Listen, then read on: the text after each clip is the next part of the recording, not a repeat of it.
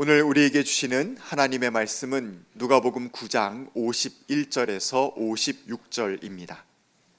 예수께서 하늘에 올라가실 날이 다 되었다. 그래서 예수께서는 예루살렘에 가시기로 마음을 굳히시고 심부름꾼들을 앞서 보내셨다. 그들이 길을 떠나서 예수를 모실 준비를 하려고 사마리아 사람의 한 마을에 들어갔다. 그러나 그 마을 사람들은 예수가 예루살렘으로 가시는 도중이므로 예수를 맞아들이지 않았다. 그래서 제자인 야고보와 요한이 이것을 보고 말하였다. 주님, 하늘에서 불이 내려와 그들을 태워버리라고 우리가 명령하면 어떻겠습니까? 예수께서 돌아서서 그들을 꾸짖으셨다. 그리고 그들은 다른 마을로 갔다. 이는 하나님의 말씀입니다. 주님이 주시는 평화가 교우 여러분들과 함께 하시기를 기도합니다. 오늘은 마르틴 루터의 종교개혁, 기독교 개혁을 기념하는 주일입니다. 올해로 506번째를 맞이했습니다. 매년 이맘때입니다. 10월 마지막 주일을 세계 개신교회가 모두 공히 종교개혁 주일로 지킵니다. 개혁, 여러분 개혁이라는 말을 들으시면 어떻습니까? 개혁이라는 말에는 역동적인 힘이 그 단어 안에 있습니다. 그릇된 것, 부패한 것, 각종 부정과 불의의 벽을 깨는 생명력이 개혁이라는 단어 안에 있습니다. 그러나 오늘날 개혁이라는 말이 그와 같은 생명을 그 단어 안에 담고 있는지 저는 묻고 싶습니다. 개혁이라는 말이 도처에 가득합니다.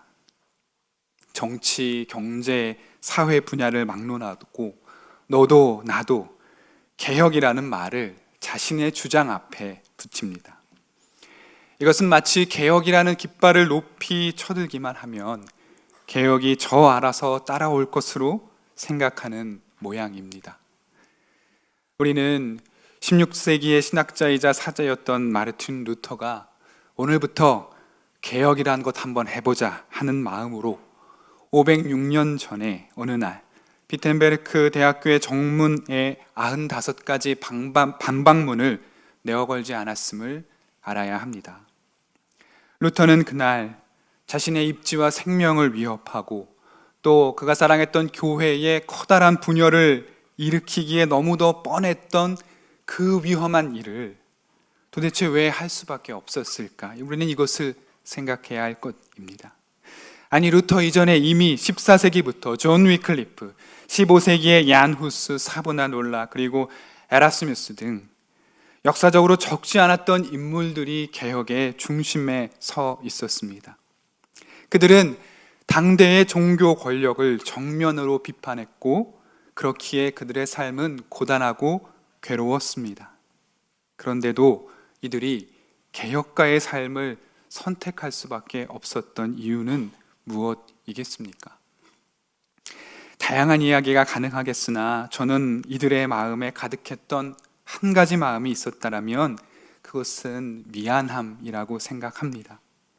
여러분, 미안함은 결코 나약한 감정이나 의사 표현이 아닙니다.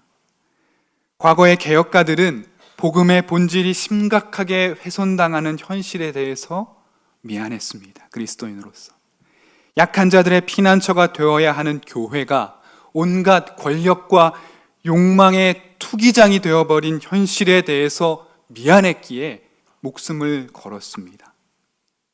종교와 신앙의 언어로 하나님께서 지으신 사람들을 공격하고 박해하고 억압하는 현실 앞에 그들은 미안했습니다.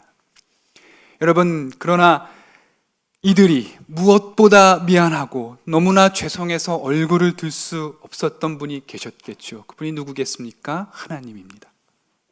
세상을 지극히 사랑하여서 당신의 아들을 주셨음에도 그 주님께서 가르쳐 주신 사랑을 실천하지 못한 교회에 대한 미안함이 이들을 개혁의 길로 이끌었음을 우리는 명심해야 할 것입니다. 종교개혁을 기념하는 주일 아침, 우리의 마음속에 이런 미안함이 있는지요? 우리는 우리 자신에게 이 질문을 여러 차례 그리고 깊게 던져야 합니다. 왜냐하면 여러분, 미안함이라는 것은 우리 신앙세계에서 정말로 중요한 의미이기 때문입니다. 여러분, 미안하다는 것은 내가 틀렸음을 인정하는 것입니다.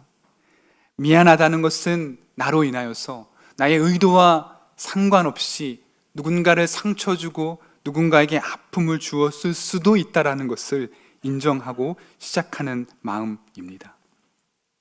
화해와 평화는 각자의 마음에 이런 미안함을 갖는 것에서 시작을 합니다. 여러분, 미안해하지 않아도 합의할 수는 있습니다. 그러나 화해하기는 어렵습니다. 반성과 미안함이 없는 개혁은 너무나 쉽게 상대를 제거함으로 승리를 쟁취하려 합니다. 미안함이 없기에 상대에 대한 배려도 없고 그 입장에 서보려 할 필요도 노력도 없는 것입니다. 여러분, 그것은 개혁도 아니고 옳음도 아닙니다. 정의와 공의는 더더욱 아닙니다. 그것은 그저 폭력입니다. 저는 오늘 우리에게 주신 말씀을 갖고서 우리가 이루고자 하는 개혁과 갱신의 길이 상대에 대한 배려와 미안함을 갖춘 화해의 길인지, 나는 옳고 너는 틀리니, 너는, 너의 주장은 세상에서 없어져도 그만이라는 폭력의 길인지 함께 성찰해 보고자 합니다. 오늘 우리가 읽은 누가복음 말씀은 예수께서 예루살렘으로 가시기로 마음을 굳히고 난 다음에 일어난 일을 보여줍니다. 그런데 이 사건을 이해하기 위해서는 바로 이전에 있었던 일련의 사건들, 정확히 말해서 일련의 예수님과 제자들 사이에서 일어났던 대화들을 살펴보아야 합니다. 이것들이 밀접하게 연관되어 있기 때문입니다. 바로 이전에 있었던 예수님과 대화의 장면들을 한번 살펴보시죠. 누가복음 9장 46절부터 시작하는 내용인데요, 우리가 아주 잘 알고 있는 내용이 나옵니다. 대화입니다. 제자들 사이에서 다툼이 일어났습니다. 그 다툼의 주제가 가볍다면 가볍고 무겁다면 무거운 주제입니다. 그것은 바로 누가 더 큰 제자인가라고 하는 싸움이었습니다. 제자들은 저마다 내가 더 큰 제자라고 주장했습니다. 아마 어느 제자는 내가 주님과 더 많은 시간을 함께 보냈기 때문에 내가 더 큰 제자다라고 이야기했을 수도 있습니다. 또 어떤 제자는 아니다, 내가 주님이랑 더 중요한 일을 많이 했고 더 많은 시간을 들여서 주님을 섬겼으니까 내가 더 큰 제자다라고 말했을 수도 있습니다. 여러분, 이 장면을 한번 상상해 보십시오. 어떻게 보면 되게 유치한 그 장면입니다. 내가 더 크다라고 하는 이야기이기 때문입니다. 우리 주님께서는 이 다툼을 가만히 지켜보고 계셨습니다. 그런데 누가는 이 장면에서 이런 말을 기억합니다. 예수께서 그들의 마음속의 생각을 아시고 라는 말을 기록해 두었습니다. 주님께서는 제자들 사이에 어떤 어둠의 그림자가 움트고 있다는 사실을 아셨을 것입니다. 그리고 주님께서는 우리가 잘 아는 하나의 비유를 들어서 제자들 사이의 갈등을 해결하시지요. 어린아이 하나를 곁에 두고서 하신 말씀입니다. 우리가 아주 익숙한 말씀입니다. 48절의 이야기인데요, 누구든지 내 이름으로 이 어린이를 영접하면 나를 영접하는 것이요, 누구든지 나를 영접하면 나를 보내신 분을 영접하는 것이다. 너희 가운데서 가장 작은 사람이 큰 사람이다 라고 주님 말씀하셨습니다. 이 말씀을 우리가 조금 더 유심히 살펴볼 필요가 있는데요, 우리에게 좀 더 익숙한 표현이 있습니다. 어린아이와 같아지지 않으면 하나님 나라에 들어가지 못한다, 이런 표현이 있는데 정확하게 말해서 이 표현은 마태복음에 나옵니다. 우리가 읽은 오늘 누가복음에는 요거가 약간 다른 표현이 나오고 있는데요, 누구든지 내 이름, 그러니까 예수님의 이름으로 이 작은 사람, 어린 사람, 약하고 때로는 어리석어 보이는 이 사람, 보잘것없는 사람을 영접하여 맞아들인 사람이 하늘에서 큰 자다라고 하는 말씀일 것입니다. 이 말씀의 해석이 여러분 그렇게 어렵지는 않습니다. 그렇죠? 서로 각자의 이유로 크다고 자랑할 수는 있겠으나 하나님의 관점에서는 자기를 낮추고 어린아이 같이 낮은 자를 환영하고 영접하고 환대하는 일이 하나님 나라에서 가장 큰 사람이 되는 길이다라는 말씀이었겠지요. 주님의 이 말씀으로 제자들 사이의 논쟁은 일단락됩니다. 잠시 동안 일단락되는 것입니다.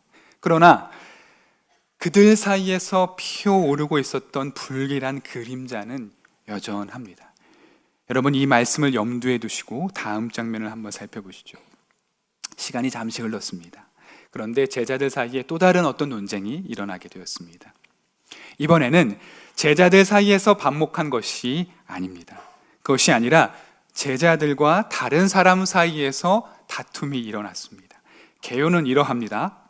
어느 날 제자들이 도시를 거닐었던 것 같습니다. 어떤 사람이 무언가 일을 하고 있는 장면을 보게 되는데 그 사람이 예수님의 이름으로 축귀 사역, 그러니까 귀신을 내어 쫓는 일을 하고 있는 것을 제자들이 보았습니다. 제자들은 당장 달려가서 그 사람이 그 일을 하지 못하도록 막았습니다. 여러분, 이 장면을 한번 상상해 보시지요. 본문에 기록되어 있지는 않지만 상상컨대 제자들이 가서 점잖은 모습으로 선생님 이러시면 안 됩니다, 이렇게 얘기하지는 않았을 것 같습니다. 아마도 무서운 얼굴로 엄포를 놓으면서 다시는 우리 예수님의 이름으로 이런 일 하지 마시오라고 다그쳤을 가능성이 훨씬 높습니다. 한 번만 더 이런 일을 한다면 내 가만두지 않을 것이오라고 위협했을 수도 있습니다. 그렇겠죠. 그렇다면 제자들이 이 사람을 가로막은 이유는 무엇일까요? 여러분, 어떻게 생각하십니까? 이 사람이 예수님의 이름을 사용했기 때문에 가로막았을까요? 누가는 여기에서도 매우 의미심장한 구절을 기록해 둡니다. 49절의 말씀인데 이렇게 되어 있습니다. 그런데 그 사람은 우리를 따르는 사람이 아니므로 라고 기록해 둡니다. 이유는 단순합니다. 그 사람이 우리 편이 아니기 때문입니다. 우리를 따르고 우리의 룰에 복종하고 우리의 방식을 쫓는 사람이 아니라면 그가 하는 일이 무엇이든지, 그가 입 밖에 내는 사람이 무엇이든지 우리가 섬기는 예수의 이름을 사용할 수 없다는 논리입니다. 물론 제자들의 태도가, 제자들의 주장이 일견 납득이 가는 부분이 없지는 않습니다. 예수님의 이름을 함부로 사용하거나 그의 이름이 남용되어서는 물론 안 되었기 때문입니다. 이런 부분은 물론 납득이 좀 가능한 부분이기도 합니다. 우리 주님께서도 제자들의 이런 마음을 좀 헤아리셨던 것 같아요. 그래서 주님은 이렇게 얘기하십니다. 그 사람을 막지 말아라. 너희를 반대하는 사람, 그러니까 복음의 길을 가로막거나 그 길을 회방하는 사람이 아니라면 그들이 내 이름으로 사역해도 두어라. 너희를 반대하지 않으면 너희를 지지하는 사람이니까 괜찮다라고 이렇게 좀 타이르듯이 이야기하고 계십니다. 제자들은 주님의 이 말씀에 어떠한 반문도 하지는 않습니다. 그런데 분명한 것은 주님의 말씀은 제자들의 기대와는 아마 좀 반대의 이야기였을 것 같습니다. 제자들은 속으로 잘했다라고 칭찬했을 거라 생각했겠죠. 감히 내 이름으로 함부로 사역한다고 잘했다, 이런 이야기를 듣지 않을까 기대했지만 예수께서는 그렇게 하지 않으셨습니다. 그렇기에 제자들 사이에서의 어두운 그림자는 점점 더 짙어지는 것 같습니다. 저는 이 짧은 두 에피소드가 다음에 이어지는 우리의 본문과 더불어서 누가의 매우 의도적인 배치이고 서술이라고 생각합니다. 제자들 사이에서는 분명히 어떤 좋지 않은 것들이, 어떤 어두운 그림자가 자라나고 있었기 때문입니다. 여러분, 앞 이야기를 다시 한번 생각해 보시죠. 누가 더 큰 자인가라는 논쟁이 일어났습니다. 여러분, 왜 이런 논쟁이 일어났겠습니까? 왜 내가 더 큰 사람이다, 내가 더 이 조직에서 더 큰 사람이다라는 논쟁이 왜 일어났겠습니까? 만약에 여러분 자신이 속한 조직이, 그 그룹이 어렵고 가난하고 힘들어요. 그리고 박해까지 막 받는 아주 어려운 공동체입니다. 여러분, 그렇다면 그 안에서 내가 더 큰 사람이다라고 이야기하고 싶겠습니까? 그렇지 않습니다. 반대입니다. 오히려 정반대입니다. 예수님을 따랐던 그룹을 한번 생각해 보십시오. 제자들을 한번 생각해 보십시오. 그 처음이 어떠합니까? 보잘것 없었습니다. 예수님과 예수님의 제자들은 처음에는 초라해 보였을 것입니다. 그런데 예수님께서 사역을 이어나가시면서 그 말씀을 전파하면서 상황이 바뀌기 시작했습니다. 주님께서 말씀을 하시기 시작했고 기적을 베풀기 시작하자 여러분 어떻습니까? 사람들이 몰려왔습니다. 그 예수님에 따르는 조직의 명성이 점점 더 커졌습니다. 예수님이 나서기만 하면 사람들이 그 말씀 듣겠다고 우르르 몰려들어왔습니다. 주님이 병든 자를 고치시고 여러 기적을 일으키실 때 사람들은 놀랐습니다. 여러분, 그럴 때에 그 곁에 섰던 제자들의 마음이 어떠했겠습니까? 으쓱했겠죠. 아, 우리가 이런 일을 하고 있구나. 우리 주님이 이렇게 대단한 분이구나. 우리 조직이, 우리 그룹이 이렇게 점점 더 커지고 더 능력을 갖추어 가고 있구나라고 이야기했을 것입니다. 여러분, 이 말씀 직전, 그러니까 오늘 우리가 읽은 살펴본 말씀 직전에 예수님께서는 5천 명을 먹이셨습니다. 여러분, 그 소문이 갈릴리에 허다하게 퍼졌을 것이 분명합니다. 그리고 여러분, 이 말씀 직전에 예수님께서는 영광스러운 모습으로 변모하시고 제자들이 그 모습을 보았습니다. 얼마나 놀랍고 얼마나 뿌듯했겠습니까? 자신이 섬기는 예수님과 우리 조직이 이렇게 대단하다고 그들은 생각했을 것입니다. 그러니 자연스럽게 위세가 높아지는 그 조직 안에서 더 큰 몫을 차지하고 싶고 더 큰 사람이 되고 싶어 하는 것은 어쩌면 너무나 자연스러운 일입니다. 예수님의 이름으로 사역하던 제자무리 바깥의 사람에 대한 태도 역시 마찬가지입니다. 한껏 명성이 올라서 자부심이 가득한 제자들이 감히 우리의 허락도 없이 주님의 이름으로 그 일을 하고 있으니 참을 수가 없었던 것입니다. 감히 우리 허락도 없이 우리 선생님의 이름으로 사역을 해? 참을 수가 없었던 것이었습니다. 우리 편이 아니라면 철저히 배제하는 것, 우리의 편만이 주님의 이름으로 거룩한 사역을 감당해야만 한다는 아집을 제자들을 감싸고 있었습니다. 여러분, 이 제자들의 모습에서 우리는 분명히 우리의 모습도 함께 살펴야 될 것입니다. 제자들 사이에서 자라났던 어둠이 비로소 폭발하게 됩니다. 예수님께서 예루살렘으로 가시길 결정하셨을 때 이 일이 일어났습니다. 예수님께서는 제자들이 가야 할 먼 여정 중간에 사마리아를 지나쳐야 했던 것 같습니다. 그 여정이 아마 되게 길었던 것 같아요. 그래서 아마 제자들은 주님을 잘 모시기 위해서 여정이 기니까 사마리아에 가서 우리 주님 모실 수 있는 좀 여러 가지 것들을 준비하게 시켰던 것 같습니다. 아마도 숙박을 좀 준비하게 했거나 먹을 것을 준비하게 했거나 예수님뿐만 아니라 그 무리와 제자들이 많이 가니까 여러 가지 제반 사항들을 준비시키기 위해서 아마 사람들을 사마리아에 먼저 보냈던 것 같습니다. 그런데 불행히도 사마리아 사람들이 예수님이 오신다는 이야기를 듣고 예수님과 그의 일행들이 예루살렘으로 간다는 이야기를 듣고 예수님 오시기를 거부합니다. 그러니까 예수님 맞아들이기를 반대하고 거절한 것입니다. 여러분, 사마리아 사람들과 유대 사람들, 그러니까 예루살렘의 관계가 역사적으로 좋지 않았다라는 것을 여러분 아마 조금씩 알고 계시리라고 생각을 합니다. 오늘 그 이야기를 다 하지는 않겠습니다.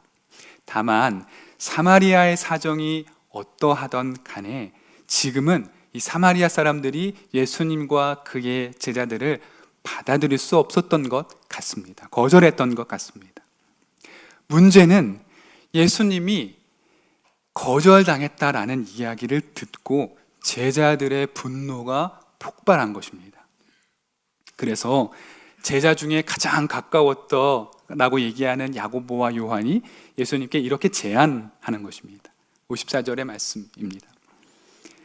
주님, 하늘에서 불이 내려와 그들을 태워버리라고 우리가 명령하면 어떻겠습니까? 라고 제자들이 이야기합니다. 여러분, 요한과 야고보가 하는 말이 무엇입니까? 여러분, 요한과 야고보가 지금 어떤 말 하고 있는지 아시겠습니까? 사마리아 사람들 불로 태워 죽이자는 이야기입니다. 그리스도이신 주님을 받아들이지 않는다면 저들은 불에 타 죽어도 괜찮다라고 말하고 있는 것입니다. 여러분, 제자들이 의로운 분노 때문에 이런 말을 했을까요? 생각해 보십시오. 어떤 해석자들은 주님 모시기를 거부한 사마리아 사람들을 책망하기 위한 말씀이라고 하는데요, 아닙니다. 제자들은 예수라는 허상을 세워두고 자신이 모욕당했다고 느꼈던 것입니다. 우리가 구원자이신 주님을 모시는데 감히 협조하지 않아? 우리가 구원이라는 놀라운 사역을 위해서 이렇게 불철주야 주님 모시면서 따라다니면서 애쓰고 있는데, 우리가 이렇게 위대한 사역을 하는데 감히 우리를 모시지 않아? 너희들은 주님이 누군지 모르겠니? 이 일이 얼마나 중요한지 모르겠니? 감히 우리를 받아들이지 않는다고? 그렇다면 너네들은 불로 태워서 없어져도 그만이야 라고 제자들이 얘기하고 있는 것입니다. 여러분, 정의로운 일이면 사람이 불로 태워 죽어도 되는 것입니까? 여러분, 옳은 일이면 상대방을 몰살하고 제거하고 그들의 공동체가 소거되는 것이 맞는 일입니까? 무장단체 하마스가 하고 있는 일이 이것 아니겠습니까? 이스라엘이 가자 지구에 벽을 세워서 그 안에 사람들을 말려 죽이고 있는 것이 이와 다릅니까? 이것이 주님을 섬기고 주님을 따라다니고 그 말씀을 받았다고 하는 제자들의 정의입니까? 여러분, 마르틴 루터가 복음의 본질을 세우기 위해서 종교개혁을 일으켰는데, 만약에 루터가 당대의 상대자였던 가톨릭 교회를 완전히 멸절하는 방식으로 개혁을 추구했다면 역사는 루터를 종교개혁자로 기억하는 것이 아니라 종교 학살자로 기억했을 것입니다. 여러분, 어떠한 정의도 설령 그것이 아무리 옳다 할지라도 상대를 멸절하는 방식으로 세워질 수 없습니다. 상대를 죽어도 좋다고 악마로 만들어서는 개혁이 일어날 수 없습니다. 서로가 서로를 악마화한다면 가장 기뻐하는 존재는 악마입니다.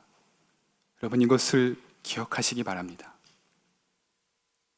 예수께서는 제자들의 이 무시무시한 말을 듣고 즉시 꾸짖었습니다.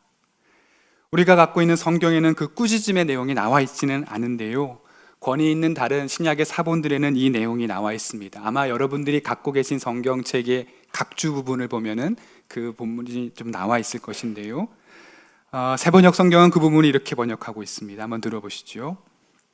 너희는 어떤 영에 속해 있는 줄을 모르고 있다. 인자가 온 것은 사람의 생명을 멸하려 함이 아니라 구원하려 함이다 라고 사본들이 기억하고 있습니다. 여러분, 주님이 이 땅에 오신 이유, 복음의 본질은 사람을 죽이려 함이 아닙니다. 사람을 살리려 이 땅에 오셨습니다. 어떤 무리 가운데서 높아지려는 마음, 나와 다른 사람을 배척하고 반대자들을 없애려는 욕망은 어떤 경우에도 평화를 만들어낼 수 없습니다. 타자에 대해서 미안한 마음, 존중하는 마음, 나를 반대해도 그럴 수 있지 라고 넉넉하게 들어줄 수 있는 마음을 가질 때 여러분, 비로소 화해의 길이 열리게 될 것입니다. 주님께서는 제자들의 이 철없는 말을 듣고 마음 아파하셨을 것입니다. 나를 따르려거든 날마다 자기를 부인하고 자기 십자가를 지고 나를 따라야 한다는 말씀을요, 여러분 바로 이 본문 직전에 하셨습니다. 그럼에도 불구하고 제자들은 그 말의 의미를 알아차리지 못했던 것입니다. 우리 주님은 어떠한 경우에도 힘의 논리로 평화의 길을 만드시지 않았습니다. 그 반대입니다. 나약하고 힘없는 자들에게 다가가셨습니다. 세상의 사람들이 정죄하는 이들에게 다가가서 손을 내밀었습니다. 그들과 화해하시고 그들에게 애통해 하시고 미안한 마음을 가지시고 사역하셨습니다. 그리고 여러분, 복음서에 예수님께서의 무수한 증거가 있지만 가장 확실한 증거가 무엇이겠습니까? 그것은 우리 주님께서 십자가 앞에 순종하셨다라는 사실입니다. 생명과 평화는 화해의 길로 이어져 있음을 여러분 잊지 마십시오. 이것이 정말로 중요합니다. 여러분, 오늘은 종교개혁을 기념함과 동시에 특별히 더 큰 미안함을 가져야 하는 날입니다. 한 해 전에 우리는 우리 교회와 가까운 이태원에서 별빛같이 빛나던 젊은 생명들을 너무도 많이 잃었습니다. 그 한 해 동안 여러분, 그들에 대하여, 생존자들에 대하여, 그들의 가족들에 대하여 교회가 얼마나 많은 화살을 날렸는지, 또 해서는 안 되는 말을 했는지 모릅니다. 여러분, 나는 안 그랬다라는 말로 숨지 마십시오. 우리 교회가 한 것입니다. 그리스도인들이 한 일입니다. 여러분, 이제부터라도 우리 교회가 오늘을 가장 애통해하는 그분들을 위해 설당이 되어주면 좋겠습니다. 복음의 본질이 땅에 떨어졌다라고 합니다. 이때에 우리는 애통하고 미안한 마음을 가졌으면 좋겠습니다. 그렇게 화해의 길을 모색할 때에 주님의 평화가 한 걸음씩 더 가까워 옴을 믿었으면 좋겠습니다. 주님 주신 말씀 기억하며 거듭의 기도 드리겠습니다. 주님, 나의 주장과 생각이 옳다고 고집부리면서 어떠한 수단과 방법을 동원해서라도 승리하는 것이 개혁이라고 생각해 왔습니다. 반성합니다. 제자들은 주님의 이름이라면 어떠한 일을 해서라도 그것을 이루어내도 괜찮다 생각했습니다. 우리 또한 그러합니다. 용서하여 주시옵소서. 미안한 마음이 필요합니다. 평화로 가는 화해의 길이 바로 거기에서 시작함을 우리가 잊지 않게 도와주십시오. 예수님 이름으로 기도합니다.